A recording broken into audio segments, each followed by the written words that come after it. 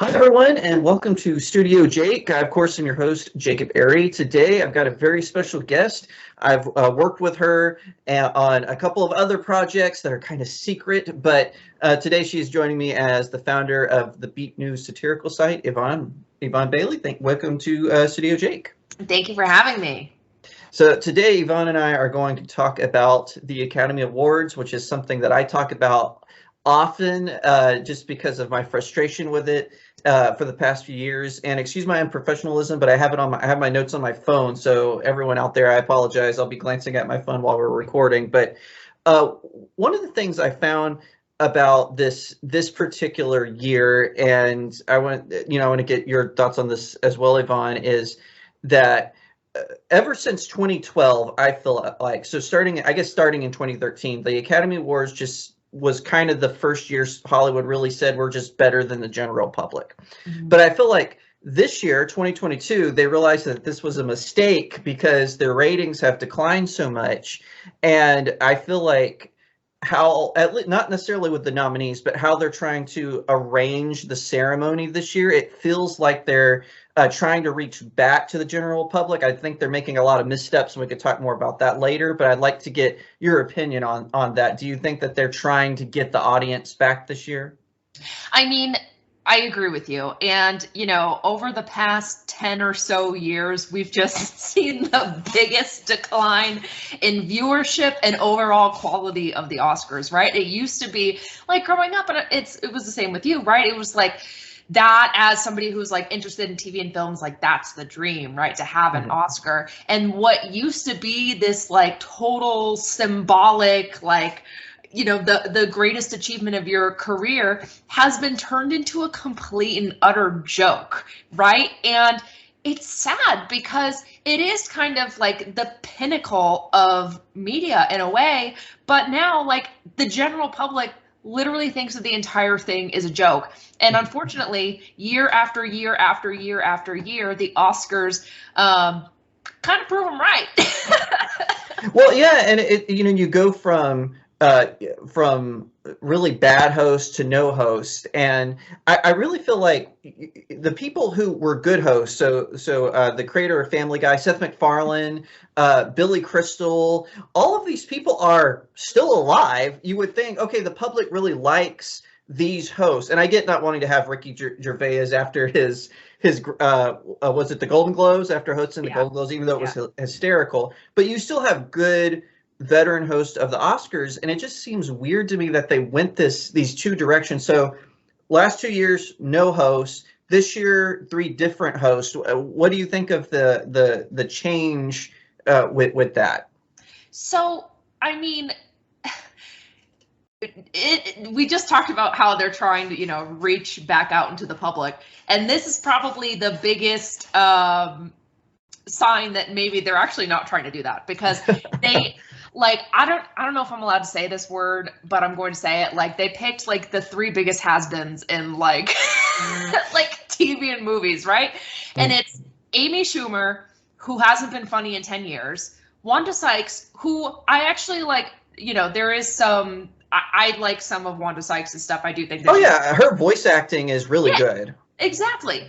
But, she's kind of become one of these like kind of political squawk boxes, right?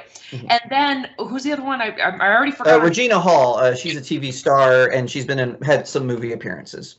Yep. And it's like, these 3 like low grade people, in my opinion. I mean, this is like the Oscars used to have like Steve Martin, right? Alec Baldwin, Hugh Jackman, Jon Stewart, like that was the quality. And now it's like Amy Schumer, like, come on. Amy Schumer hasn't been funny in 10 years, and I agree with you on that. Now, I do think Regina Hall and Wanda Sykes are talented performers, but I do see your point. Like, it was to be the host of the Oscars, you would have to have been in a film that was at least nominated, or nominated yourself. Billy Crystal has been in several Academy Award nominated films and whatnot. And the reason I say 2012 was really the last like great Oscars. Like there've been some good ones in between then and now, but not.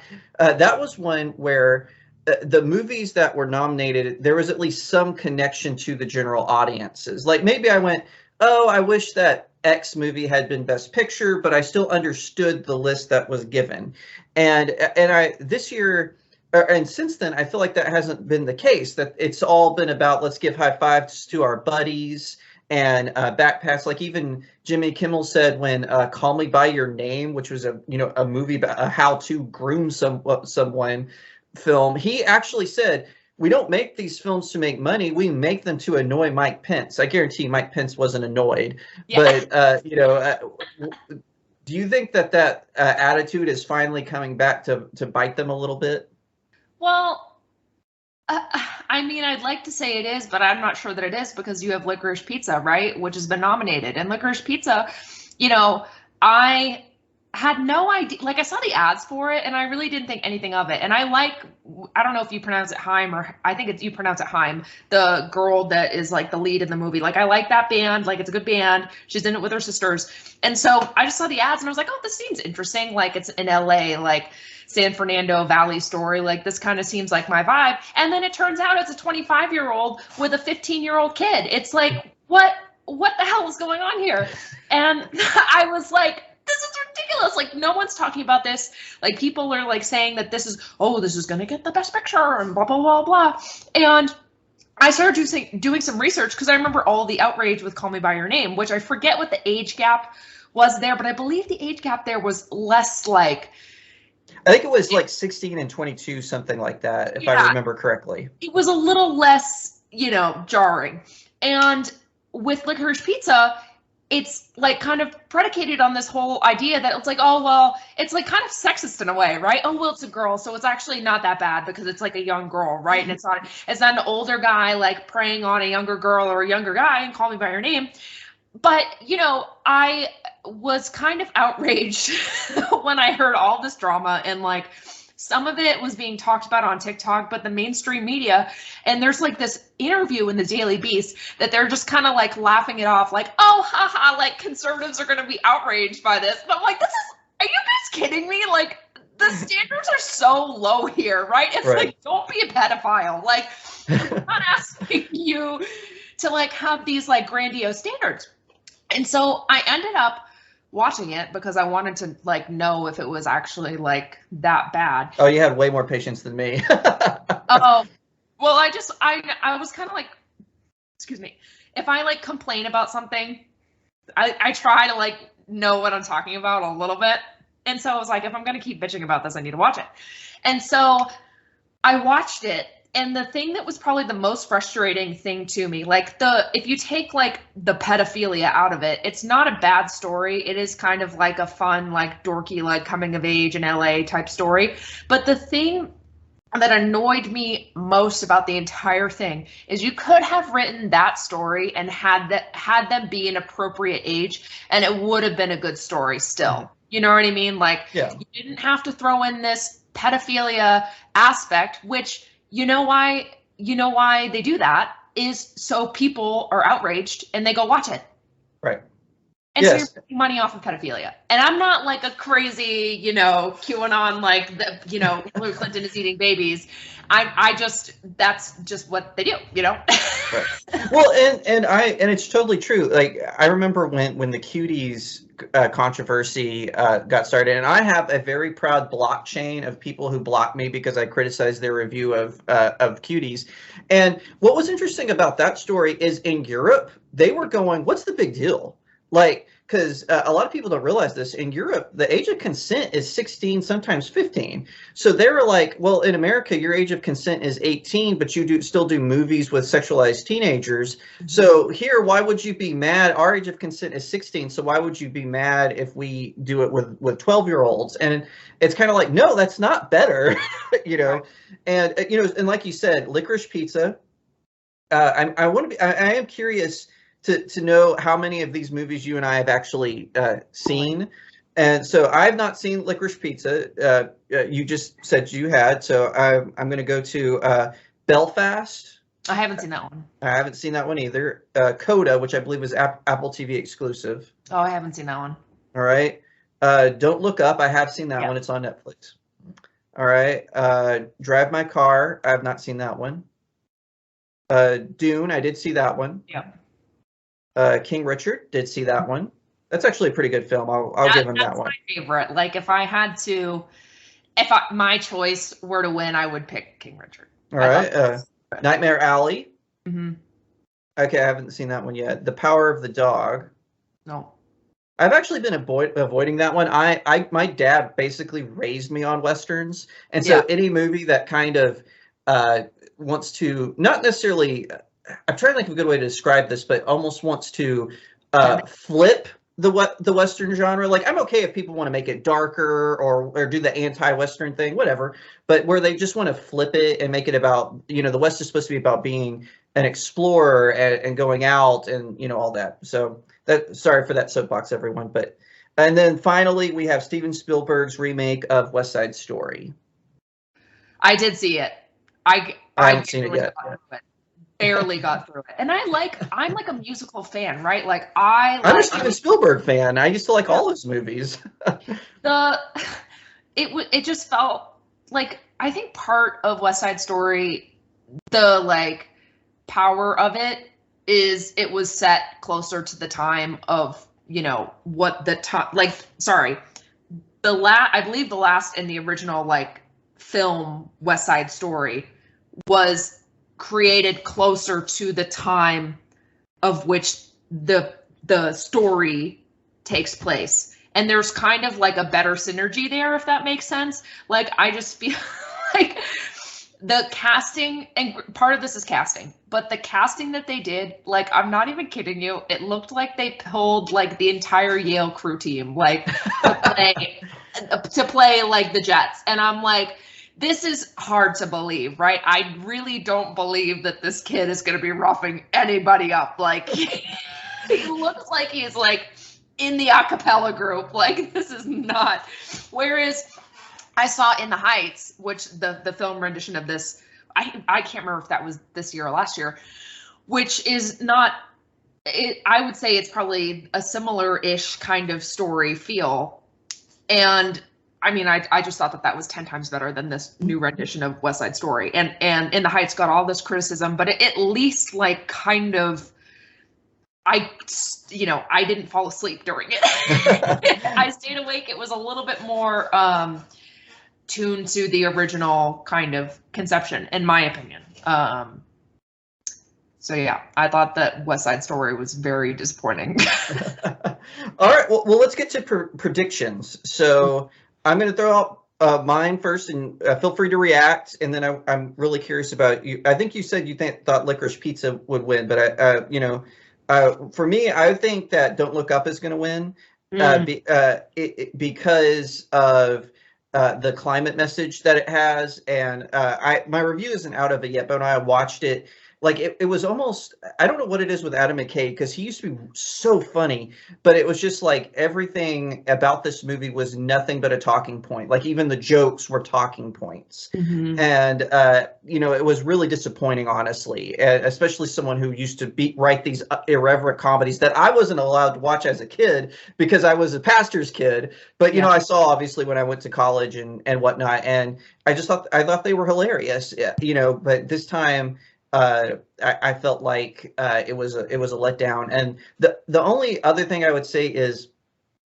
if I'm wrong, I think West Side Story may win just because Steven Spielberg is so respected, and so they're going to go with him just because his name is safe. So when a general person says, "Oh, the director of Jurassic Park," well, of course he won. That's so honestly I do think it's going to be Don't Look Up, but I think if I'm wrong, it's probably going to be West Side Story. What do you think? Yeah, I could see probably like a West Side Story is a very safe bet. It's very non-controversial. I actually I watched Don't Look Up, and I kind of had mixed feelings on it. I did like kind of like the media sentiment that was behind it, right? Which is basically Right. like the media doesn't care about like these huge issues. And I thought that like Kate Blanchett's portrayal of like Mika like was pretty good. Like like there were a few like funny things like that in the movie, and I did actually like oh gosh, I'm having Meryl Streep as the president. Like, I know that they were like kind of trying to play her off as like a Trumpian type president, but I did find that like some of what she said was funny. It reminded me, certain parts of it actually reminded me of like a little Veep like, right?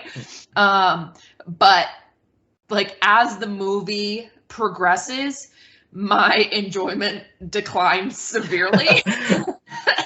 Because at the beginning I was like, okay, like this is kind of interesting, because it kind of reminded me a little bit of like this COVID shit, right? Which was like at the beginning, so many of us were like, hello, like this is not, you know, what we're doing is really not great.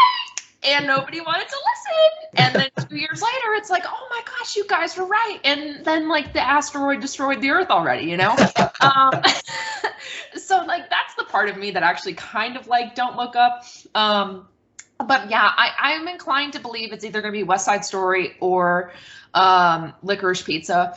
I think that I would also see Don't Look Up because it has been like, you know, the climate message, and it had, you know, Meryl Streep and what's her face there, Jennifer Lawrence, and it's like it's a heavy hitter special, you know.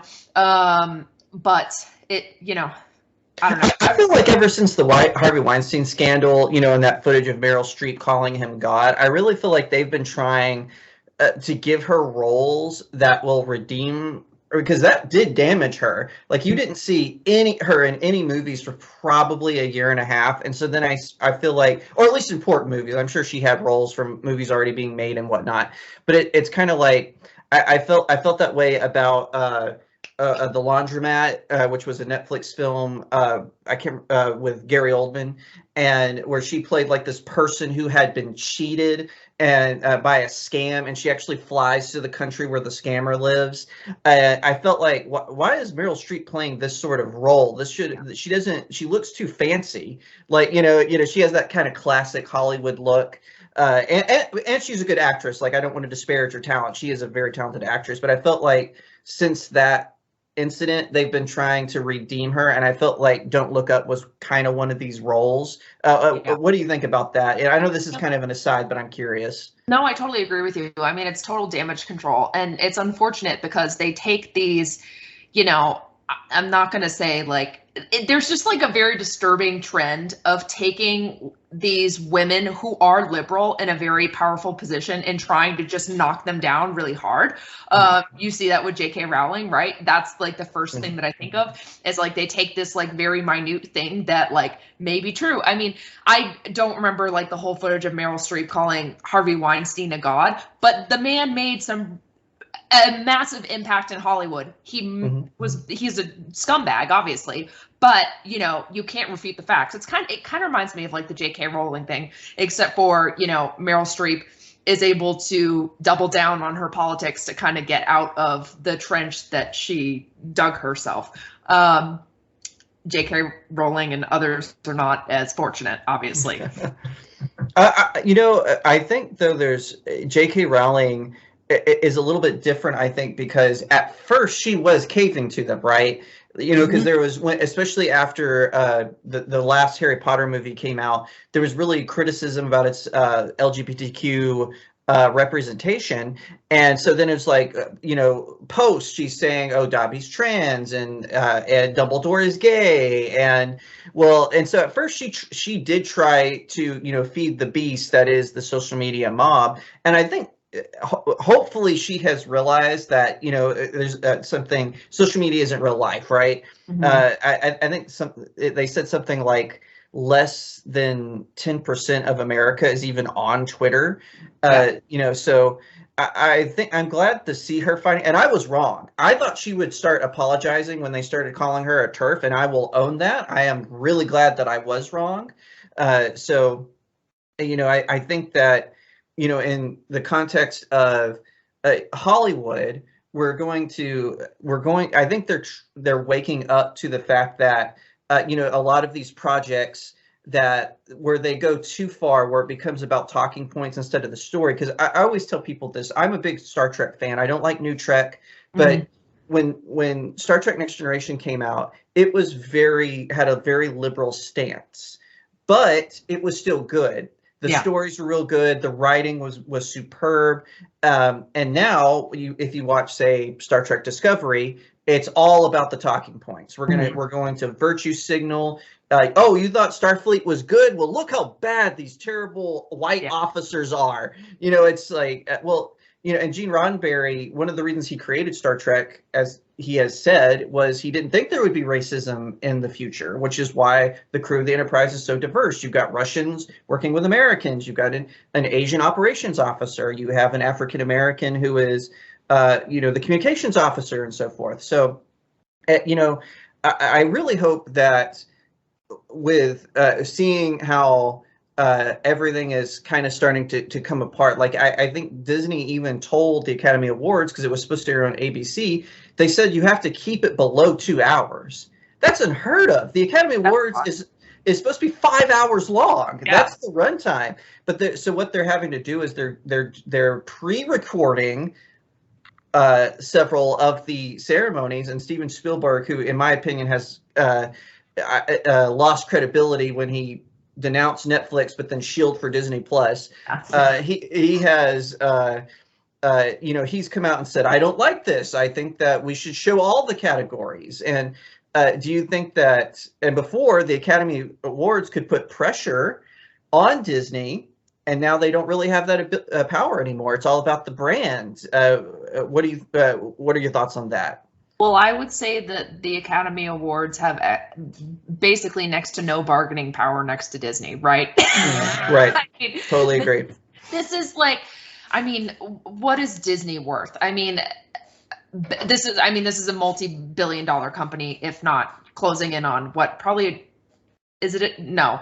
Anyway, it's a definitely billions. Definitely billions. It's gonna come up with a crazy number. It's a freaking company, and you know, somebody like the Oscars and the Academy Awards has been like dwindling, has shown no growth over the past 10 years, and it's brand management and it's also money management, right? I mean, it's gotten to the point where this is, and it's to their own fault that it's become so polarizing that it's like, okay, I'm turning off the TV now, right? Sure. And even if you have the people who are diehards who watch this every year, you know, the interest really drops to a very low level when it comes to some of these very like minute kind of categories, right? So, you know, I understand, you know, if you're a business person, you would do the same thing, right?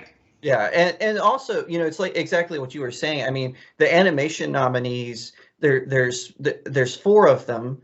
3 of them are Disney. You've got Raya the Last Dragon, Encanto, and Luca, and I've seen all 3 of those. Encanto, I do think is Oscar worthy. Not so sure about Raya. Luca, I don't know if Luca or Encanto are going to win. Probably Luca, because Pixar has that usually locks down. But also Encanto is pretty good, though. I just watched it recently. Encanto was good. I've not seen Flea yet. I'm trying to watch all the animated nominees because everyone knows I'm a huge animation nut.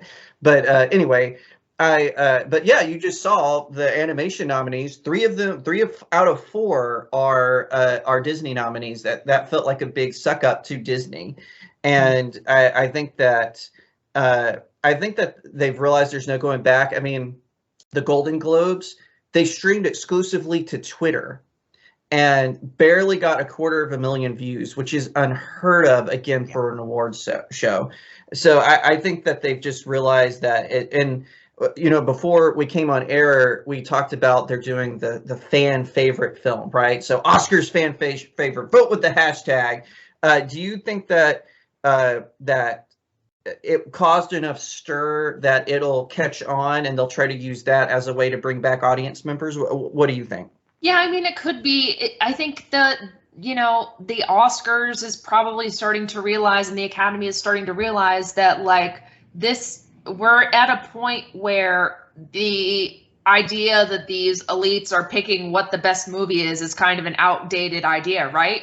We have an abundance of streaming opportunities. We have Netflix, we have Hulu, we have Amazon Prime, the list goes on and on. Then you have YouTube, right? People are consuming content in different ways. And, you know, the idea of a bunch of people sitting in a room and picking out a niche, you know, niche indie film to be the best movie of the year is very unappealing to people. You know what I mean? You know, you and I watch like a good amount of movies, and we haven't even like watched like a good portion of the Best Picture nominees, and it's not because we don't want to. They just don't sound great, you know? I remember when they announced Best Picture and they said Coda, I was like, what is Coda? I've never even heard of the movie. I know, and like, you know, half of them, you only know of them because they were nominated, right? So I think that this idea and this tradition has become pretty antiquated, you know?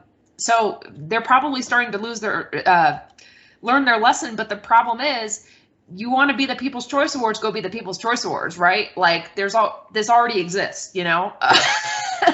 Yeah, and Kids' Choice Awards are probably the only two that are actually organic, you know, as far as who it gets determined. But I want to change gears a little bit, because one of the things that you do, as I mentioned earlier, is you are the founder of Beep.News, which is a satirical news site, kind of in the vein of the Babylon Bee or the Onion.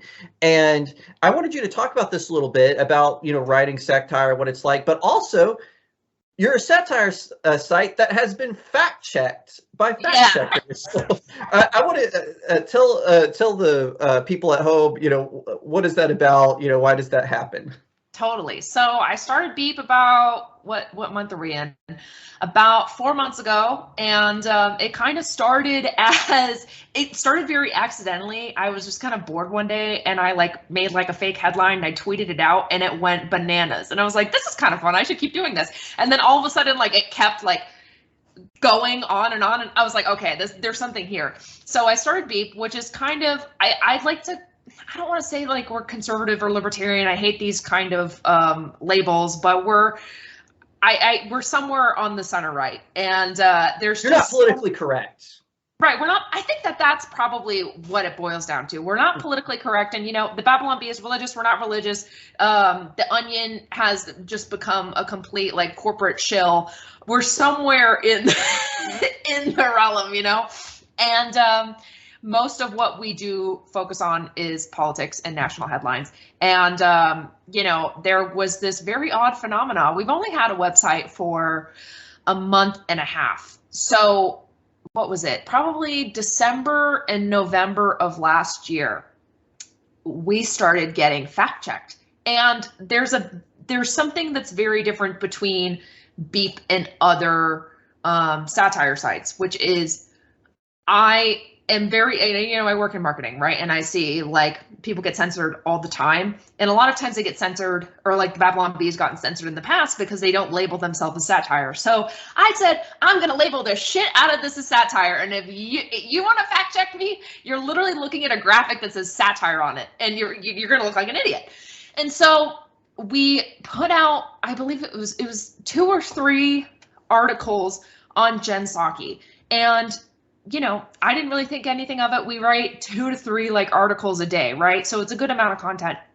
And all of a sudden, like in my like Google alerts, I get Reuters, USA Today, who's the other one? Like these like fact check ones that say, you know, rumor that Jen Psaki recommended Americans have Taco Bell for Thanksgiving started as satire. And I'm like, it literally says satire on it. Like, are you guys bored? Do you not have anything to do? And that happened like 2 or 3 times, right?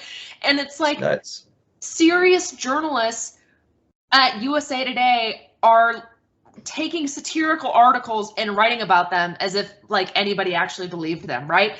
It's totally insane. I mean, I welcome it. If you want to spend your day fact checking my website all day, like, please go for it.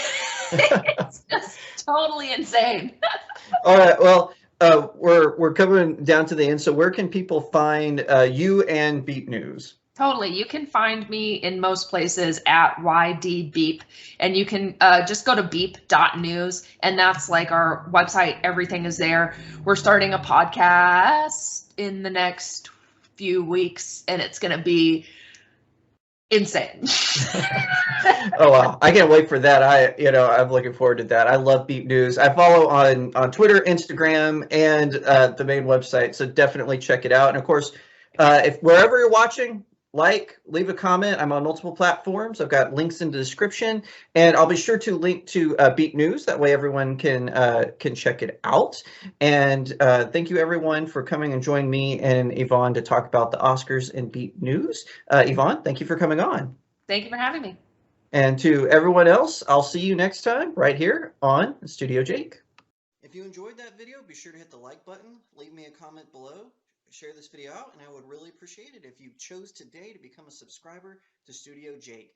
Thank you so much for watching. You can follow me on all my socials that are in the description of this video, and I'll see you next time right here on Studio Jake.